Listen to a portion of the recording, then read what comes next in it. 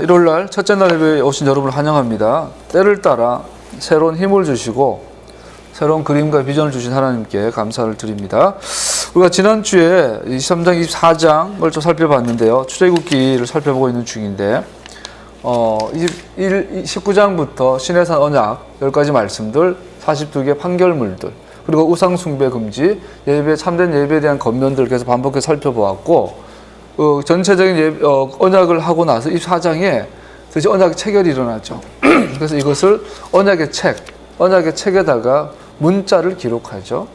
그리고 그것을 언약의 피를 뿌려서 그 언약이 이제 체결된 것을 비준하는 것을 다 살펴봤어요. 그리고 우리가 기억할 것은 언약은, 하나님의 말씀은 문자로 주어졌다는 사실이에요. 음성과 소리로 들려졌지만 그것이 문자로 비준되었다는 거예요. 그래서 오늘날 진리, 하나님의 뜻을 분별하기 위해서는 우리는 문자에게로 돌아가야 되는 거죠. 또 그 다음에 24장에 보면 나오는 것이, 하나님께서 모세를 부르시고 70인 장로와 아론을 부르시고 그들을 산 중턱에 두시고, 모세는 여호수아와 모세는 산 위로 올라가시고 70인 장로와 대제사장과 나답과 아비후 아론의 아들들은 산 중턱에 있게 되고, 산 아래는 일반 제사장과 백성들, 이 세 등분으로 시내산을 나눈 걸 볼 수 있어요. 그러면서 하나님의 계시가 위에서부터 전달되어지는 것을 볼 수 있죠. 그래서 우리가 어떻게 살펴봤냐면, 시내산은 정확하게 성막의 그림과 같은 유형인 것을 볼 수 있어요. 같은 패턴인 걸 볼 수 있어요. 그래서 결론적으로 성막이 뭐죠? 바로 움직이는 시내산이다라는 거죠. 움직이는 시내산. 자, 이 시내산이 어딨냐? 이거는 뭐 요즘 논란들이 많은데, 지금 시나이 반도에 있는 시내산이냐, 아라비아 반도에 있는 시내산이냐?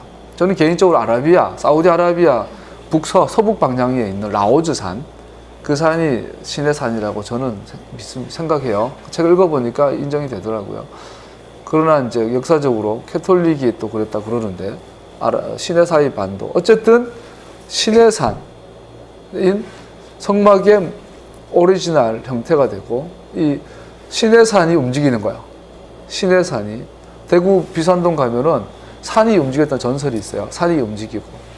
우리 설악산 가면 울산바 있죠.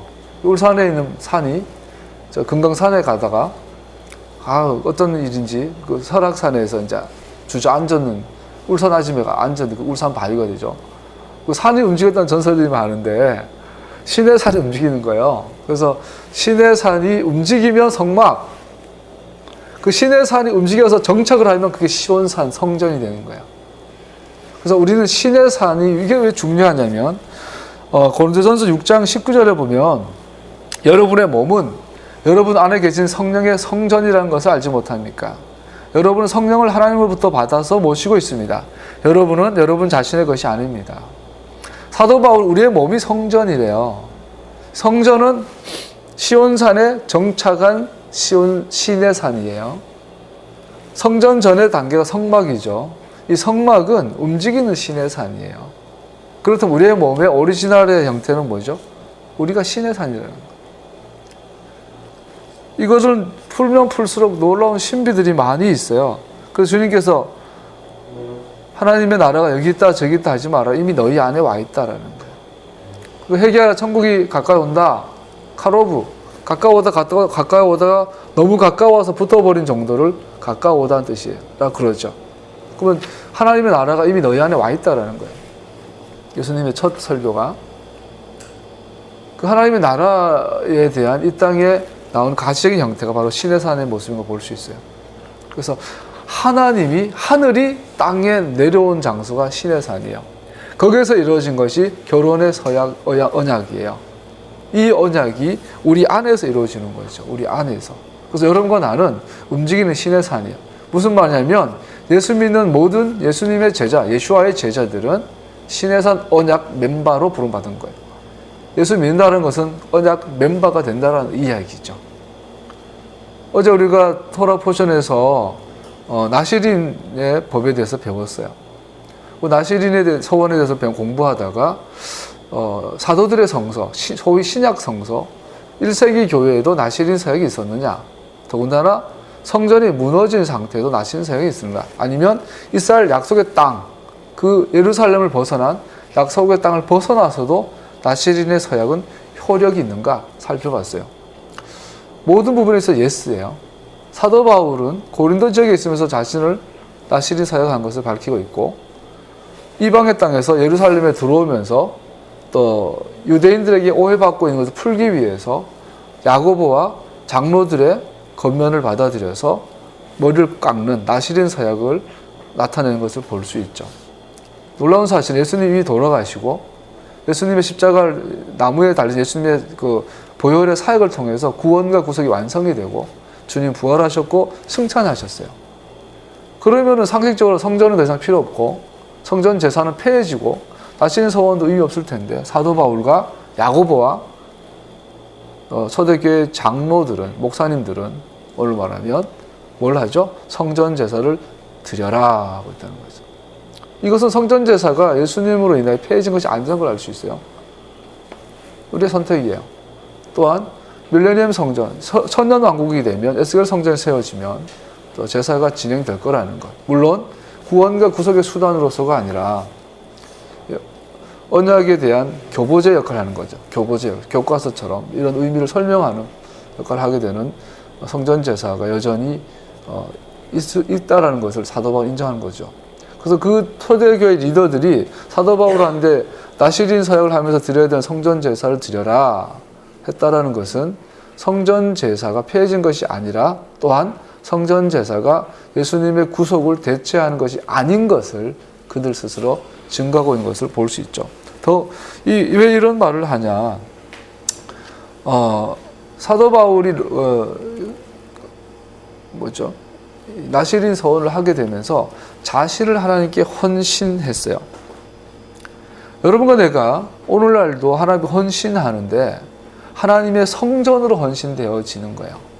우리의 몸이 하나님의 성전으로 즉 헌신되어진다는 것은 시내산에서 이스라엘과 하나님이 맺었던 그 언약이, 토라가, 케튜바의 계약이 내 안에서 완성이 되고 성취되라는 이야기죠. 그래서 우리가 아까 살펴봤던 나시린 사역을 통해서 예수와는 토라를 폐한 적이 없어요. 예수와는 성전 제사도 금지하지 않으셨어요. 다만 바른 의미를 깨닫게 하신 것이에요. 그래서 오늘날 예수 믿는 모든 예수와의 제자들, 크리스찬 소위들은 시내산 언약의 멤버로 부름받은 거예요. 할렐루야. 토라는 우리에게 여전히 유일무이한 하나님의 다가가는 토라의 라이프를 이야기하고 있죠. 또 나아가서 예수님은 그러한 성전을, 우리의 몸을 성전이라 그러고, 예수님은 성전의 요한복음 2장에 보면 성전 정화하시는 이야기가 나오죠. 그러면서 이 집은 내 아버지 집인데 이 집의 특징은 기도의 집이다. 만민을 위해서 기도하는 집이다. 그러면서 무슨 기도하죠? 너희는 이렇게 기도하라고 기도를 가르쳐 주셨어요. 주님의 기도. 즉 우리의 몸은 주의 시내산의 언약의 이행, 성취, 수행 가운데, 성실한 가운데 있으면서 우리는 그 삶은 동시에 주님의 기도와 일치한다는 걸 볼 수 있어요. 그러니까 주님의 기도가 뭐죠? 하나님 나라가 이 땅에 임하시며, 이것이 가장 주제예요. 하나님의 나라가 내 안에 임하고 나를 통해서 흘러나가서 이 땅에 임하는 것이 주님의 기도인데, 그것이 시내산에 일어났던 언약의 사건과 정확하게 일치하는 의미인 것을 볼 수 있죠. 할렐루야. 여러분, 내가 예수 믿는다는 것은 하나님 언약 가운데 충실하고 성실하여져서 세상에 빛이 되어져서 이 땅이 하나님의 나라로 회복되어지는 것을 보여주는 거예요. 여기서 좀 더 구체적으로 살펴보면 이 시내산이 움직여요. 걸어가다가 어디로 들어가죠? 약속의 땅으로 들어가요. 거기에서 정착을 해요. 거기가 시온산, 하나님의 산, 예루살렘이 돼요. 즉 하나님의 나라는 가장 먼저 예루살렘을 통하여 흘러가는, 시온이 주의 성전에서부터, 시온산에서부터 주님의 토라가 열방으로 통치의 말씀들이 흘러가는 걸 볼 수 있죠. 그래서 히브리서 9장에 보면 오직 대제사장은 해마다 짐승의 피를 가지고 성소에 들어가지만 메시아께서는 그 몸을 여러 번 바칠 필요가 없습니다.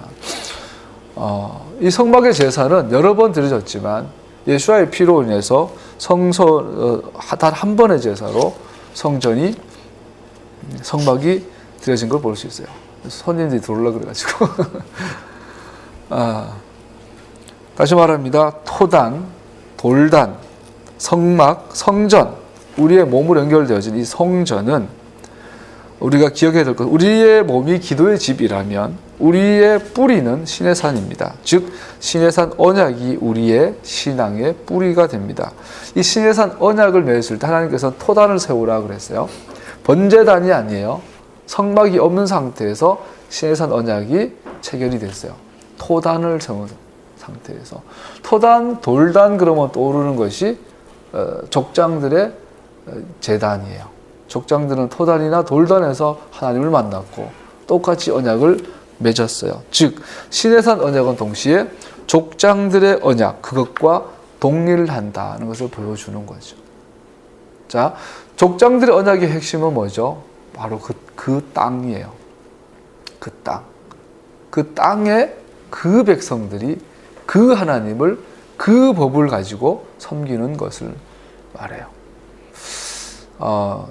여담 가지를 쳐본다면 마지막에 요즘 미래학에 대해서 공부를 많이 하잖아요. 책 보고 있는데 어제 우리가 유엔 미래 보고서 보니까 2040년도인가 되면 인조 인간이 우리와 함께 살게 될 거라는 거.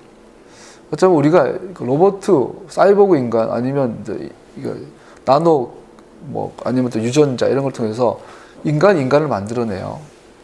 또 가상세계에서 우리의 기억과 감정이 남아있어서 나가 죽은 다음에서도 홀로그램으로 나는 살아있는 영생, 과학적 영생이 가능해지는 게 앞으로 20년, 30년 뒤에요.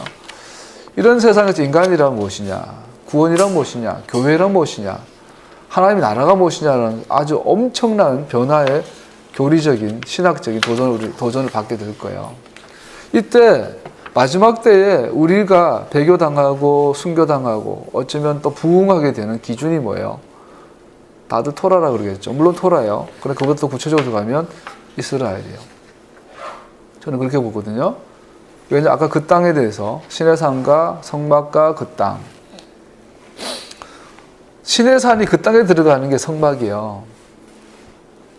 그래서 이스라엘이 무엇이냐? 이스라엘에 대한 분명한 정의가 내려지지 않으면 우리는 마지막에 배교하게 될 겁니다.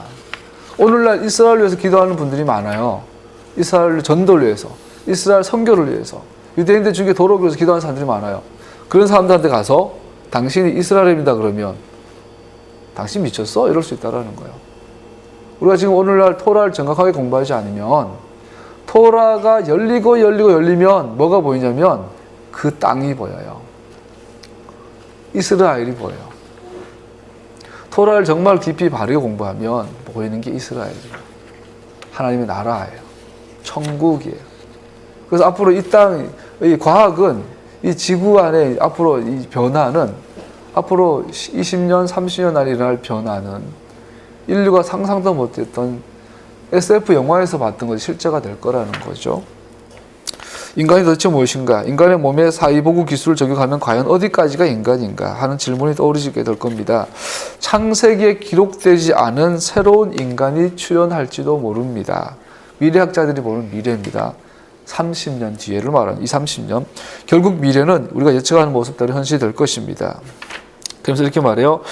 가상공간에서 기억을 주입한 인공지능 아바타가 영생하는 시대. 가상현실을 활용한 사이버 섹스가 가능한 시대. 인간의 유전자를 조작해서 인간의 탄생까지도 선택하는 시대. 병이 들면 모든 장기를 다 새 것으로 교체하여 완벽히 새로운 인간으로 재탄생하는 시대. 인간 복제 기술을 통해 잃어버린 자식을 다시 탄생시키는 시대. 인간의 몸에 사이보그 기술을 접목해 기계인간을 만들고 화성의 식민지를 개척하여 하나님이 주신 이 지구를 떠나 살 수 있는 시대가 오면 신학은 어떻게 될까? 이 혼란, 엄청난 변화 앞에서 변화되지 말아야 될 것. 주의 말씀은 영원해. 우리 토라를 잡아야 돼요. 반드시 이런 시대 오기 전에 토라는 회복돼야 돼요.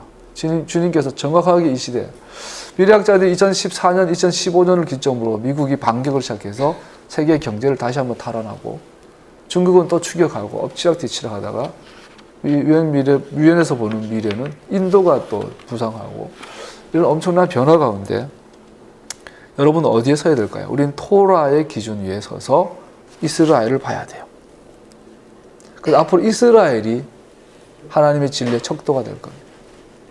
그래서 민수기에 보면 하나님께서 발람, 이방인을 입을 통해서 이스라엘 저주한 자를 내가 저주하고 이스라엘을 축복한 자를 내가 축복하리라.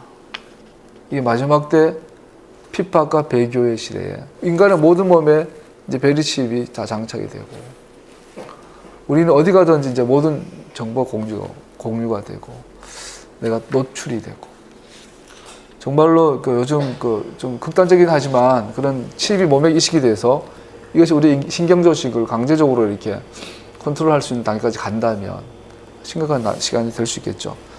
엄청난 변화 앞에 서 있습니다. 2030년 이후 현실화되는 이런 미래 이슈들은 한국교회의 패러다임을 바꾸기에 충분한 힘을 가지고 있습니다. 이때 누가 과연 하나님 편에 설 것인가? 이스라엘을 보는 자요. 토라를 보는 자요. 여러분과 내가 이 신의 산 언약이 있다는데 내 몸이 기도의 집이고 성전이고 내 몸이 그래서 신의 산과 있다가 있고 이 신의 산이 족장들의 예배에 있다가 있다는 것을 반드시 봐야 돼요. 그래서 그 족장들을 통하여 우리는 그 땅을 봐야 돼요. 이스라엘을 보는 여러분과 내가 되기를 예수의 이름으로 축복합니다. 지난주 여러 부분을 잠깐 나눴고요. 오늘은 성막 부분인데 25장부터 31장까지 굉장히 긴 내용들 살펴볼 건데 우리 안에 여러 가지 성막의 기구들은 많이 살펴봤어요. 그거는 다 생략을 하고 전후 의의들만 잠깐 살펴보고자 합니다. 우선 25장에 보면 재미있는 게요. 25장에서 31장까지는 성막에 대한 설계도, 시방사라고 그러죠. 우리가 건물을 설계할 때 그림을 그리면 설계도가 되고 그 설계를 글로 표현하면 시방사라고 그러더라고요. 그래서 엄밀히 말하면 이제 성막 설계도가 아니라 성막 시방서가 돼요. 글로 남겨져 있잖아요. 그래서 전 세계에 이제 여러 개의 성막이 있는데 성막을 재현해 놨는데 다 달라요. 글로 표현됐기 때문에 똑같이 만들어질 수가 없어요. 그것처럼 글로 표현된 성막 설계도가 25장에서 31장 내용인데 놀라운 사실은 이 성막 설계도가 정확하게 창세기 1장, 2장을 반복하고 있다는 사실이에요. 그 5가지 우선 창세기 1장, 2장 창조의 이야기와 성막 건축 이야기의 유사성에 대해서 5가지 대표적인 걸 살펴보면 창조 이야기가 하늘과 땅을 하나님이 인간들과 더불어 교제를 갖는 무대로 묘사하고 있는 것처럼 여기에서 성막이 하나님께 대한 인간의 잃어버린 교제를 회복시키는 장소로 묘사되고 있습니다. 더 나아가서 첫 번째 창조의 이야기를 보면요. 하나님의 7가지 행동이 나와요. 뭘 하시고 나오죠. 7가지 행동이 나오고 7가지의 반복해서 나오는 게 주님께서 가라사대. 옛날 개역경험이 여호와께서 가라사대. 우리 세 번역에 보면 주께서 가라사대. 원어에 보면 아도나이, 바이오멜 아도나이. 그것이 7번 반복되는 것이 창조 기사에 나와요. 근데 똑같은 패러다임이 똑같은 이제 패턴이 나오는 게 25장 31장 사이에 7번의 하나님 행위가 나와요. 하나님께서 7번 이렇게 하시고 또 반복해서 나오는 게 주님께서 아도나이께서 다바르, 여튼 바이오메르가 아니라 다바르 말씀하시고 즉 하나님의 7가지 창조 행동과 함께 또 반복되는 신적 말씀들 또 성막 건축에 있어서도 7가지 행동들과 함께 주님께서 가라사대라고 하는 신적 말씀들이 반복되는 유형을 보여줘요. 정확하게 두 부분이 유사하고 두 번째 유사성은 이와 같이 성막은 하나님의 선하신 창조를 다시 세우는 것을 묘사합니다. 두 번째는 더욱이 에덴 동산과 성막은 매우 비슷한 방식으로 묘사됩니다. 에덴 동산을 하면 딱 떠오르는 게 강, 나무, 금, 보석. 에덴 동사가 성막은 순금, 황금의 땅, 황금의 집, 또 보석의 땅, 보석의 집인 걸 볼 수 있어요. 더 나아가서 에덴 동산과 성막은 그룹에 의해 지켜지고 보호되는 것을 볼 수 있어요. 또 창세기에 보면 그 땅에서 나는 금은 질이 좋았다. 부돌라라는 향료와 홍옥수와 같은 보석도 거기에서 나왔다. 그를 쫓아내신 다음에 에덴 동산의 동쪽에 그룹들을 세우시고 빙빙 도는 불칼을 두셔서 생명나무에 이르는 길을 지키게 하셨다. 그래서 속죄소에 보면 그룹에 그룹 이렇게 날개를 펴서 속죄소를 보호하고 있고, 지성소 들어가는 커튼에 보면 그룹을 수놓아서 그룹을 해놨고, 그래서 지성소를 하나님의 성막을 보호하는 그룹들, 또 에덴 동산을 보호하는 그룹 같은 형태를 볼 수 있어요. 세 번째 유사성은 안식일이에요. 창세기에서 6일 동안 창조기사가 다 끝나고 나서 7일째 주님께서 안식하셨다. 그런데 놀랍게도 성막을 다 짓고 나서 이따 마지막에 살펴보겠지만 31장 마지막 부분에 보면 하나님께서 안식일에 대해서 명령하고 안식일을 지키지 않는 자들은 죽인다고 말씀하셨어요. 그래서 이 안식일로 창조기사와 성막 건축이 마무리되는 것을 볼 수 있어요. 하나님이 손수 만드신 모든 것을 보시니 보시기에 참 좋았다. 저녁이 되고 아침이 되니 여섯 날이 지났다. 그리고 안식 들어가시죠.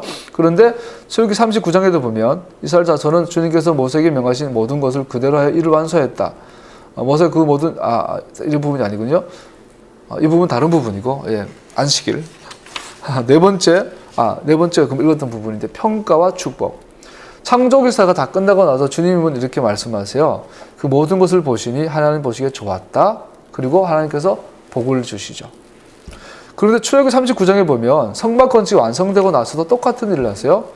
주님께서 모세에게 명하신 모든 것을 그대로 하여 이를 완수하였다. 모세가 그 모든 일을 점검하여 보니 그들이 주님께서 명하신 대로 그대로 하였으므로 그들에게 복을 빌어 주었다.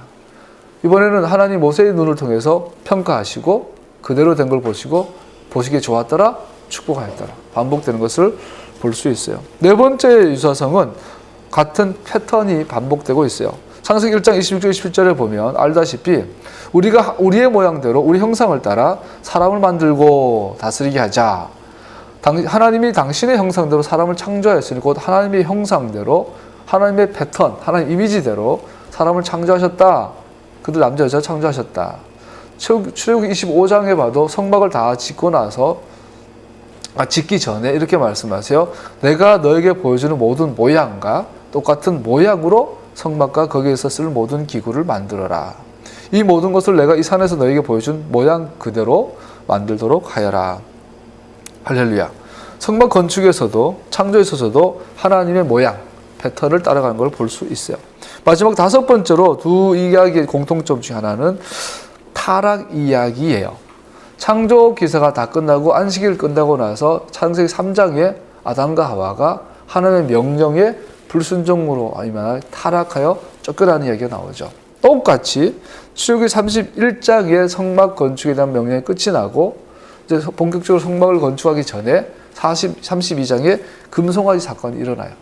그래서 하나님의 말씀에 불순종하고 타락하고 무적행으로 빠져 산채로 음부에 떨어지는 쫓겨난 신라곤의 이야기를 보여주죠.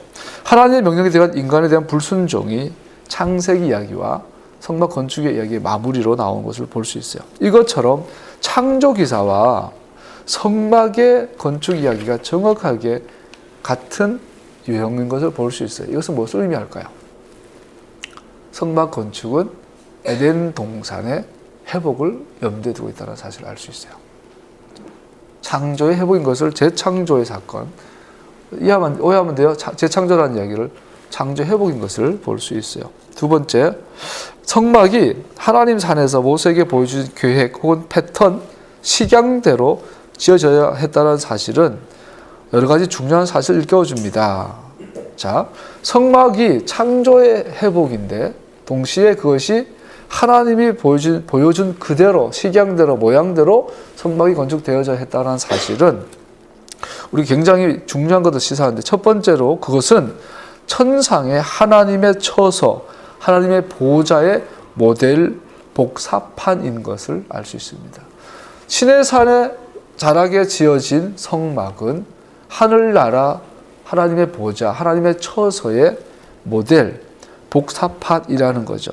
즉 뭐죠? 이것은 일종의 성육신 같은 것이라고 볼 수 있어요.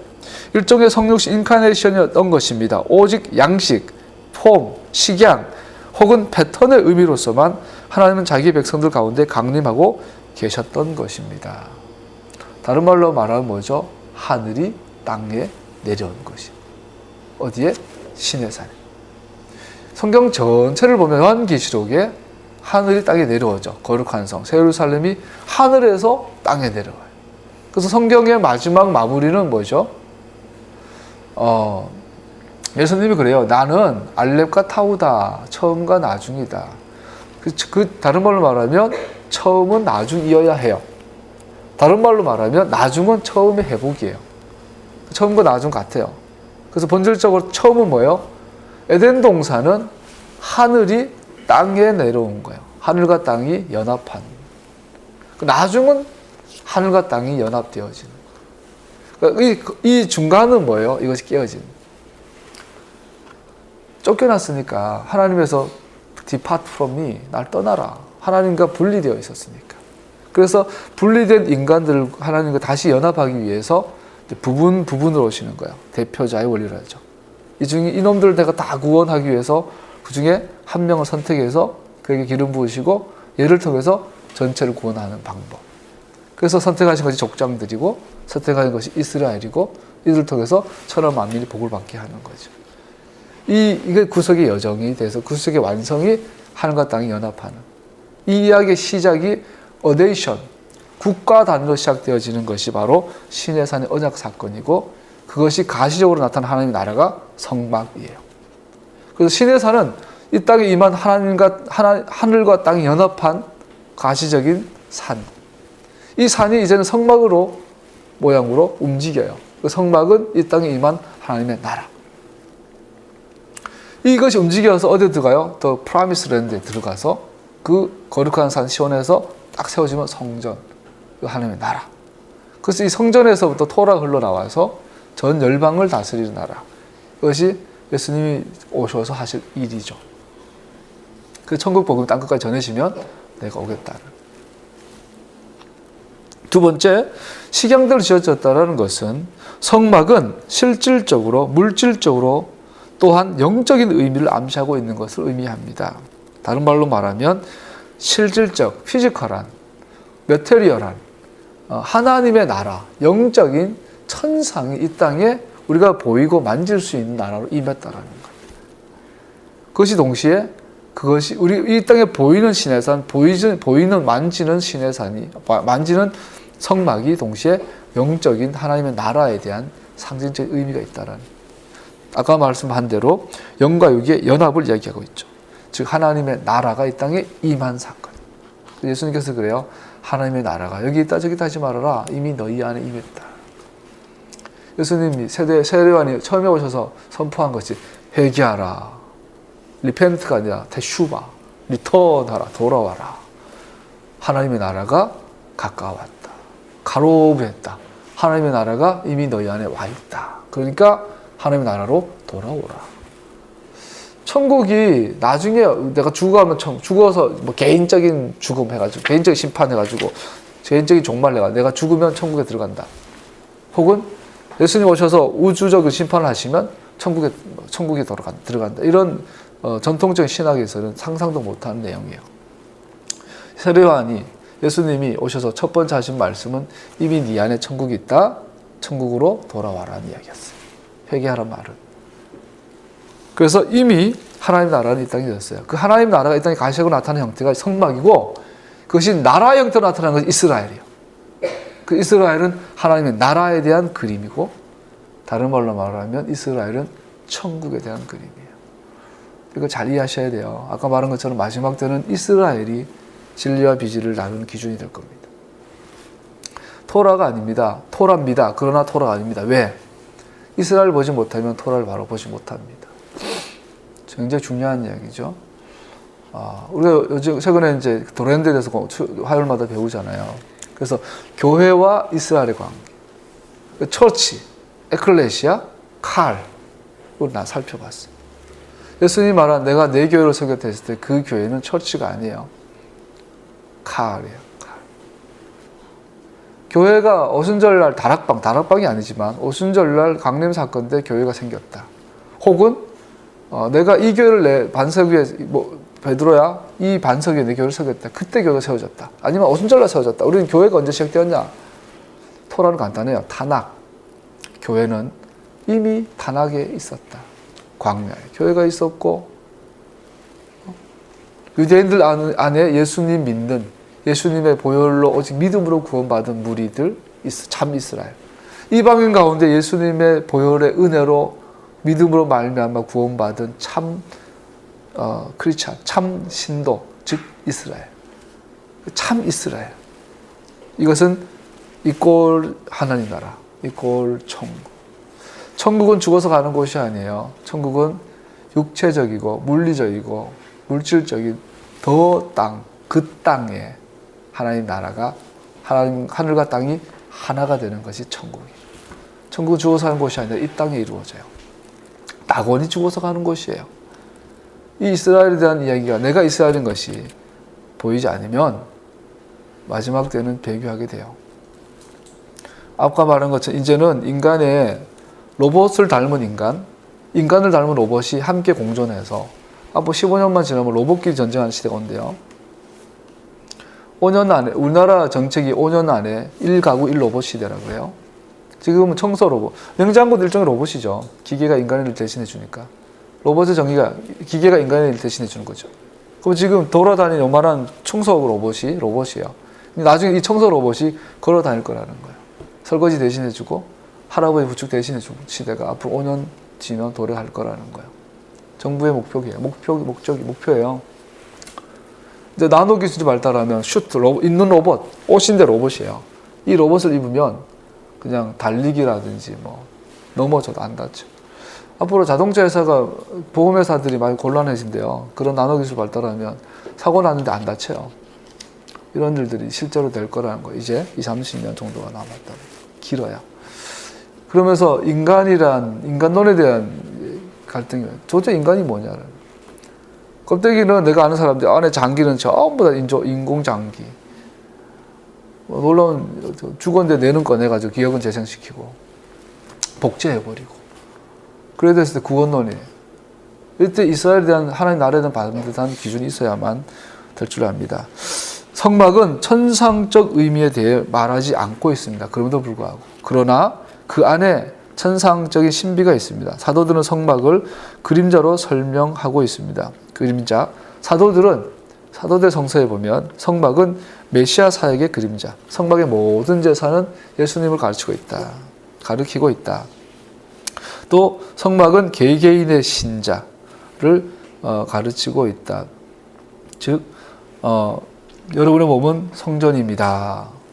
또 세 번째로 성막은 교회에 대한 그림이다. 만일 내가 늦더라도 하나님 가족 가운데 사람이 어떻게 처신해야 하는지를 그대가 알게 하려는 것입니다. 이 가족은 살아계신 하나님의 교회요 진리의 기둥과 터입니다. 성막을 교회로 이해하고 있는 것을 볼 수 있습니다. 할렐루야. 자, 오늘은 성막에 대한 서론 부분만 한다고 그랬었어요. 조금만 더 하고 마치겠습니다. 성막 건축 25장 1절에서 9절 아까 읽었는데 1절에서 9절에 보면 성막 건축하기 위해 필요한 재료들이 나와요. 금과 은, 놋, 청색, 자색, 홍색, 가늘게 꼰 배실, 염소털, 붉은 물들인 수양 가죽과 해달의 가죽, 조각목, 등류, 관유, 향품, 분향할 향을 만드는 향품, 호마노, 에봇, 흉패에 물릴 보석. 또 이러한 재료들을 많이 제공하고 있는데 재미있는 건 성막에 필요한 모든 재료를 오늘 본문이 다 기록하고 있지 않다라는 사실이에요. 의도적으로. 출애굽기 기자가 모세가 출애굽기 35장 4절 이하에서는 거의 대부분의 재료를 기록해 놨어요. 그럼 오늘 본문에서는 간략하게만 기록해 놨어요. 그래서 우리는 질문해 볼 수 있죠. 왜 저자는 25장 1절에서 9절까지는 모든 재료 중에 선택적으로만 기록했는가? 우리는 질문해 볼 수 있어요. 이것은 이 기록한 저자의 의도는 의도적으로 성막을 통해 에덴을 묘사하고 있습니다. 즉 성막의 목적은 에덴 동산으로의 회복을 보여주는 것입니다. 할렐루야. 그것이 굉장히 중요하죠. 그래서 우리는 이러한 대부분의 품목들이 에덴 동산을 묘사하는데 가운데 이미 언급되었던 사실을 간과해서는 안 됩니다. 이거는 해석마다 좀 다르지만 에덴 동산과 관련된 성막의 묘사함에 있어서 에덴 동산의 복귀를 보여주고자 하는 것을 의도합니다. 성막과 그 부분들을 건축함에 있어서 사용된 나무, 우리가 성막의 모든 나무는 조각목이라는 나무, 우리 아카시아 나무, 뭐 조각목 이렇게 번역이 되어졌는데 원어에 보면 시타, 시틴 나무로 번역이 됐는데 원어는 시타라는 단어를 써요. 시타라는 단어를 쓰는데 이것을 70인역, LX에서 70인역에서는 이 시타라는 단어를 어떻게 번역하고 있냐면 썩지 않는 나무들이라고 번역하고 있어요. 그래서 성막에 만들어진 많은 나무들 중에 뭐 금도 있고 뭐 많은 재료들 중에 나무의 재료는 70인역에 의하면 썩지 않는 나무들로 법궤와 단들을 만들었어요. 근데 이 썩지 않는 나무들 하면 떠오르는 이미지가 어떻게 유대인들 이해하고 있냐면 창세기에 나오는 생명나무로 이야기하고 있어요. 썩지 않는 나무, 살아있는 나무죠, 그죠? 생명나무의 재질로 만들었다라고 이해하고 있는 거죠. 물론 생명나무를 잘라서 한 건 아니죠. 그러나 유대인들은 전통적으로 그렇게 많이 이해하고 그렇게 주로 이해한다고 그래요. 결론적으로 말한 것처럼 성막은 에덴 동산의 회복을 의도하고 있다라는 거죠. 다시 말하지만 에덴은 하늘과 땅이 하나가 된 시작이에요.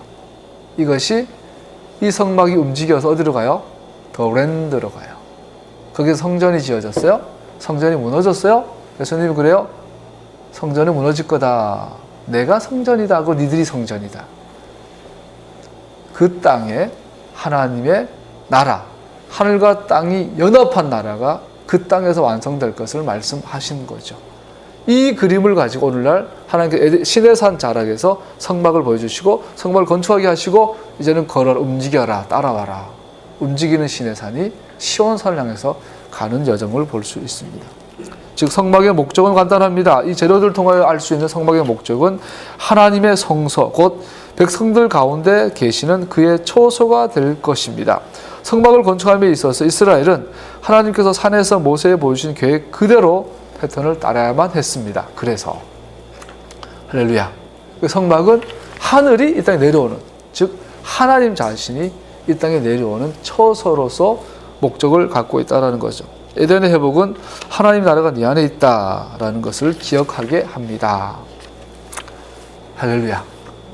우리가 반복해서 많이 나눈 부분들이니까 더 설명하지 않고 중간에 뭐 언약궤, 떡상, 등대, 성막, 휘장들, 장막, 널판들, 띠, 휘장, 장막 입구, 번제단, 성막의 뜰, 등대 위한 기름, 제사장 복장, 아론과 그 아들들 에봇, 흉패, 에봇의 겉옷, 속옷, 금패, 튜닉, 터반, 속옷, 또 제사장의 성별에 대한 이야기들은 우리가 토라 포션을 통해서 많이 나눠봤고 앞으로 나눠볼 것들이니까 오늘은 생략하고요. 향단 뭐 생략하고 31장 1절에 보면요.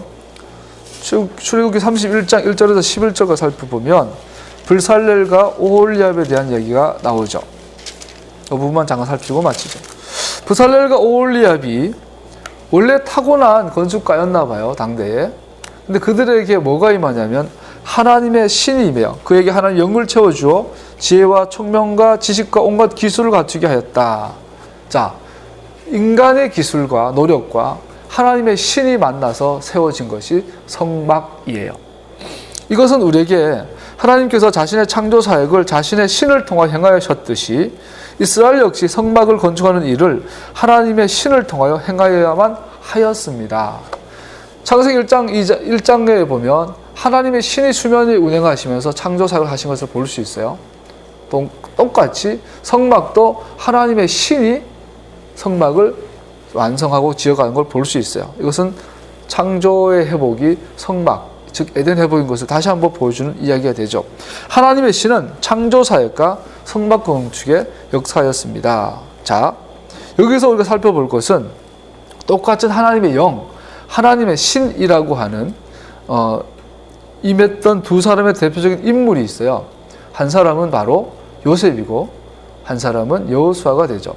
에스겔 36장에 보면요. 너희에게 새로운 마음을 주고 너희 속에 새로운 영을 넣어주며 너희 몸에서 돌같이 굳은 마음을 없애고 살갗처럼 부드러운 마음을 주며 너희 속에 내 영을 두어 너희가 나의 모든 율례대로 행동하게 하겠다. 그러면 너희가 내 모든 규율을 지키고 실천할 것이다. 자, 여러분 굉장히 중요한 연결을 찾을 수 있는데요. 에스겔 36장에서 말한 새로운 마음, 새로운 영은 예레미야가 말한 새 언약을 회복케 하는 새 영이에요. 너희에게 새 마음을 주고 새 영을 부어줘서 새 언약을 맺었다. renewed covenant. 신의 산의 언약을 니들이 어겼다. 그러나 새 영을 부어줘서 내가 너희에게 뭐죠? 신의 산 언약을 renewed 해주겠다. 회복시켜주겠다. 그래서 여기서 말한 예레미야가 말한 에스겔이 말한 새 영은요, 옛날의 영은 폐하고 새로운 영을 보여준 것이 아니라 신의 산에서 하나님의 영이 임해서 창조 시작 때 하나님의 영이 임해서 창조하시고 성막을 만들 때 하나님의 신이 임해서 보엘살과 올리압의 하나님의 영이 임해서 성막을 건축했던 그 영이 다시 한번 너희에게 새롭게 역사하셔서 매일마다 새롭게 역사하셔서 너희들의 마음 신비 가운데 하나님의 토라를 신의 산 언약을 회복시켜 주겠다. 마음에 할례를 주겠다는 이야기예요. 할렐루야. 그런데 에스겔과 예레미야는 이것을 누구에게 말하고 있다고요? 이스라엘 전체에게. 근데 이스라엘 전체에 임하기 전에 그 전에 임했던 대표적인 인물이 요셉에게, 또 여호수아에게요. 창세기 41장에 보면 바로가 신하들에게 말했다. 하나님의 영이 함께하는 사람을 이 사람 말고 어디에서 또 찾을 수 있겠느냐. 신명기 34장 9절에 보면요, 모세가 눈의 아들 여호수아에게 안수하였으므로 여호수아에게 지혜의 영이 넘쳤다. 이스라엘 자손은 주님께서 모세에게 명하신 대로 여호수아의 말을 잘 듣고 그를 따랐다. 자, 결론을 내리면요, 하나님의 영이 임했던 사람들, 하나님의 영이 임했던 무리들, 나라, 연결된 것은 더 랜드예요. 요셉을 보세요. 요셉은 이집트의 땅이었어요, 물론. 그러나 요셉은 뭐죠? 그 하나님의 약속의 땅에 약속하신 왕이 와서 다스리시는 메시아의 통치에 대한 그림자예요. 요셉은 왕의 사역에 대한 그림자예요. 그 땅의 왕에 대한 그림이에요. 여호수아는 그 땅에 들어가고 정복하는 자예요. 그 땅을 취하고 그 땅을 다스리는 것에는 하나님의 영이 필요해요. 이것이 최종 목적이에요. 그 땅에 그 왕이 그 영으로 다스리는 나라. 이것의 이제 본격적인 네이션으로, 나라로서 시작이 성막이에요. 거기에 하나님의 영이 부살렐과 올리압에 임했어요. 이것은 정확하게 에덴의 회복, 창조의 회복이었어요. 그래서 창조에서도 하나님의 영이 창조와 에덴을 완성하셨어요. 무슨 말인지 알죠? 할렐루야. 여러분과 나는 새 영의 무리들이에요. 그래서 우리는 날마다 리프레시해야 돼요. 하나님 새로운 마음을 우리에게 날마다 항상 새롭게 부어주십시오. 내게 새로운 영을 날마다 새롭게 하여 주십시오. 우리는 새 언약의 무리, 새 영의 무리입니다. 할렐루야.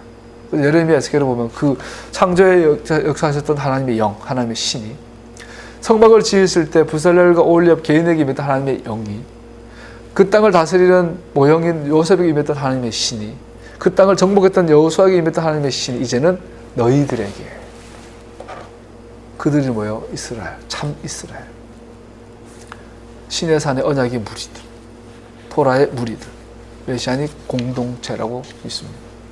할렐루야. 여러분, 나는 이런 새 언약의 무리로, 새 언약의 무리로, 새 영의 사람들로 이 마지막 때에 많은 영혼들을 구원해야 되고 하나님의 교회를 부흥시켜야 되고 하나님의 나라가 이 땅에 임하도록 살아야 될 줄로 압니다. 마지막으로 31장 12절 17절에 보면 안식일 규정이 나와요. 너희는 이스라엘 자손이 일러라. 너희는 안식을 지켜라. 나와 너 사이에 세워진 표징이 되어 너희를 거룩하게 구별한 이가 나 주임을 알게 할 것이다. 안식일을 지킬 때에 주님께서 우리의 주님이신 것을 알게 할 거라는 거예요. 14절 안식일은 너희 거룩하게 날이므로 너희는 안식일을 지켜야 한다. 그 날을 더럽히는 사람은 반드시 죽여야 한다. 그 날에 일을 하는 사람은 누구든지 자기의 결례로부터 제거될 것이다. 15절 6 동안 일하고 이런 날은 나 주에게 바친 거룩한 날이므로 완전히 쉬어야 한다. 안식일이라는 사람은 반드시 죽여야 한다. 하나님께서 창조의 일을 마치시고 완성하시고 7일째 되는 날 안식하셨어요. 똑같이 성막을 대한 설계도를 다 주시고 마지막에 안식일로 명령을 하시고 지키지 않으면 죽여야 한다라고 말씀하고 있는 것을 볼 수 있어요. 하나님의 일이 안식하심으로 완성된 것처럼, 즉 거룩하게 된 것처럼 이스라엘의 성막 건축은 안식일의 준수를 통해서 완성되어졌습니다. 다른 말로 말하면 하나님의 창조가 하나님의 안식일을 통해서 거룩하게 된 것처럼 이스라엘의 성막 건축이 안식일 준수를 통해서 거룩하게 구별되어집니다. 즉 만약에 성막이 문자 그대로 다 하나님 보여준 그대로 다 지어졌다 할지라도 거기에 하나님의 시간, 안식일 시간이죠. 하나님의 시간표가 적용되지 않는다면 성막은 아무런 의미가 없는 구별되는 것이 아니라는 거죠. 하나님의 성막이 하나님께 구별된 처소가 되는 마지막 비준이 안식일 준수, 하나님의 카렌다, 하나님의 시간표대로 움직여지는 거예요. 모아딤이 얼마나 중요한지 알겠죠. 오늘날 교회가 토라와 모아딤을 버렸어요. 토라와 모아딤을 버린 거는 절대로 교회는 회복되지 않아요. 여러분 요즘 미래학에 대한 목사님 미래에 대한 책들을 보면서 한국교회 미래에 대한 책들을 읽으면서 다 놓치고 있는 것이 회복에 대한 개념이에요. 즉 미래는 반드시 회복의 시간들이에요. 회복을 위해서는 오리지널 토라와 모아딤으로 돌아가야 돼요. 토라와 모아딤을 돌아가지 않은 교회는 미래에 배교하게 될 것입니다. 배교를 하더라도 토라를 알고 배교해야죠.